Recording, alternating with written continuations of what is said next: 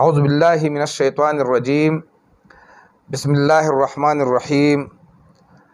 ګرانو کتونکو السلام علیکم ورحمت الله وبرکاتہ. د خوبونو د سلسلې یو نوی ویډیو سره تاسو په خدمت کې حاضر یم. خو نن زما موضوع چې کومه ده دا لږه بدله ده او نور به انشاءالله چې څومره ویډیوګانې راځي د خوب د تعبیر په باره کې هغه یو تسلسل دی، یو وخت پورې به چلیږي ځکه چې دا ډېر ضروري دي. اکثر خلکو ته د خوب د تعبیر کسان نه ملاویږي، نو ما کوشش کړی دی چې زه تاسو ته د خوب تعبیرونه ډېر په صحیح طریقې سره په اردو په پښتو کې تاسو ته زه ووایم. اوس نن سبا چې وګورئ دا سحر جادو دا ډېر زیات شوی دی. نو یو کس تپوس کړی و چې د سحر او د جادو په باره کې یو ویډیو پکار ده.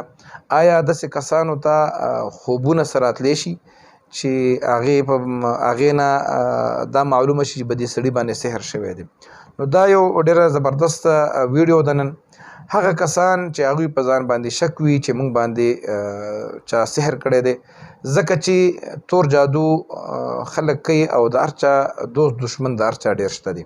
حسد زموږ په خلکو کې ډېر دی. نو داسې خلک دي چې هغوی دا زړه کې شک وي چې موږ باندې چا جادو کړی دی. نو داسې کسان چې په هغوی جادو شوی نو هغوی ته 4 قسمه خوبونه راځي. که چېرته دا خوبونه چاته راتلل نو دا دې دا وګڼي چې په ده باندې جادو شوی دی. دا ویډیو ډېر ضروري به دی دا چې زه په دې ویډیو کې تاسو ته هغه خوبونه چې چاته راځي نو د جادو علامات دي او د هغې علاج هم درته په اخره کې ښیم. چا باندې چې جادو شوی نو هغه سړی ته به اکثر داسې خوبونه راځي چې دا به په خوب کې ځناور ویني. ځناور به داسې ویني، غوا غویي، او خو داسې به یې نه ویني چې ولاړ به وي، داسې به یې ویني چې هغه په ده پسې رامنډې وي، دا به ځغلی او بس ستړی به وي، بس یو نه ځناور به ده پسې. نو کله که چېرته مختلف ځناور لکه یو ورځ په خوب کې ولیده چې غویي ورپسې شوی دی، بل څه څنډه شوی دی، بل څه میخه شوی ده، بل څه به زمری شوی دی. نو دا هم د جادو د سحر اثرات دي. خو که چېرته ټول عمر یو ځناور ویني چې د باندې غوا ورپسې ده، یا ټول عمر دا یو ځناور ویني چې ده پسې غویا ورپسې دی، نو د دې نه صرف دا یو خبره کیدی شي چې دا د باندې جادو شوی دی، خو د جناتو په ذریعه باندې شوی دی. او که چېرته چا همداسې ځناور لیدل به ده پسې شوي نه و، دا یې ځغلوونه، نو دا بیا د جادو اثرات نشي کیدی. یو خو دا خوب شو. بل هغه کسان چې جادو پې شوی وي هغوی ته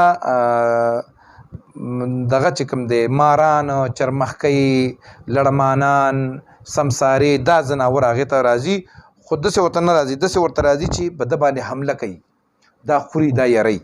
نو یا یې داسې خوب ولیدو چې همیشه داسې خوبونه ویني چې په ده باندې مار یا چرمښکۍ حمله کوي، نو دا د یو علامه د دې ده چې په دې سړي باندې د سحر اثرات شته، جادو اثرات شته. که داسې چا خوبونه لیدل نو هغه د خپل روحاني علاج وکړي. د ویډیو په اخره کې زه تاسو ته په خپل هم د دې علاج ښیم. بل د جادو چې کوم مریض یا چې په چا سحر شي، یو علامه دا ده چې هغه به داسې خوبونه ویني چې همیشه به ځان بند ویني، ګیر به ویني. کله به پړو کې ګیري، کله به ورته بندې کوسي، کله به غرونو منځ کې ګیري، لکه همیشه به ځان ټولې لارې به ځان ته بندې ویني. نو دا هم د جادو یو اثر کیدی شي. بل دا کار دی 4م خوب اکثر د جادو مریض داسې ویني چې دا په خوب کې دا ویني چې دنه یو څه شی ورکي، پریشانوي. کله به خوب کې ویني چې بچی به رانه ورکي، کله به ګوري چې موبایل رانه ورک دی، کله به ګوري چې خلک خپل خپلوان رانه ورک دي، خو لکه دا به یو نه یو شی به ورک ویني. نو که داسې خوبونه هم چا لیدل نو دا چې کوم دی د جادو علامات دي. نو که چا داسې پریشان خوبونه لیدل نو حدیث شریف کې راځي که چا داسې د دې نه علاوه هم چا داسې یو خوب ولیده چې هغه دغه پریشان کونو او دا راپاسېدو سترګې وغړولې، نو طریقه کار د حدیث شریف په رڼا کې دا ده چې چپ لاس ته 3 ځل لاړې توکي او بیا دې اعوذ بالله من الشیطان الرجیم وایي، بیا دې هغه اړخ دې بدل کړي، نو انشاءالله دا خوب به ده ته ضرر نه رسوي، اثر به د دې خوب اثر ختم شو. ټیک شو. بیا که دا وایي چې په ما باندې جادو شوی دی، خوبونه خو موږ ته دا راځي، خو اوس وایي چې علاج به صحیح، نو زه تاسو ته علاج هم ښیم، ډېر اسانه علاج دی. غوږ ورته ونیسئ، یو ګلاس اوبه به راوالی او تیل به راوالی، که هغه د شړشمو تیلي که هغه د زیتونو تیلي مخ ته به یې کېدی. سحر او ماښام وزل سوره فاتحه الحمد شریف، وزل آیت الکرسی، وزل د سوره بقره آخري 2 آیتونه، او دغه رنګې د سوره یونس چې کوم دی 15 او 16 آیات دام وزل، او آخري قل هو الله احد، قل اعوذ برب الفلق، قل اعوذ برب الناس.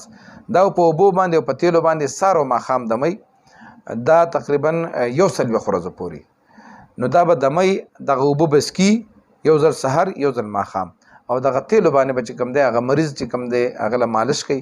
که دا مریض ډیر زیات خراب شوی نو خپې او لاسونه به له مالش کوي، وجود به له مالش کوي ان شاء الله العزیز. بالکل دا یقیني خبره ده چې څومره سخت جادو به دې باندې شوی، څومره سخت اثرات به دې باندې وي، الله رب العزت به د قرآن په برکت د دې نه ختم کړي او دا به صحتمند شي. دوستانو د بلې ویډیو پورې مالی اجازت راکړئ، ان شاء الله که ژوند وفا وکړه بیا ملاقات کیږي. الله په امان.